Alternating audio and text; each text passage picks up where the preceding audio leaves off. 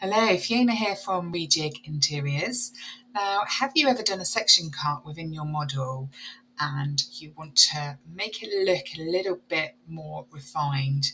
Now, with a section cut, it tends to leave you with these really thick edges, just do like this here.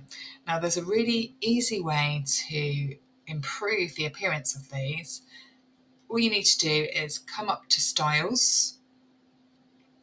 Then we want to navigate to the modeling settings. Now if we come down, you'll see that the section line width is 3. Just change that to 1 and then watch what happens to these lines.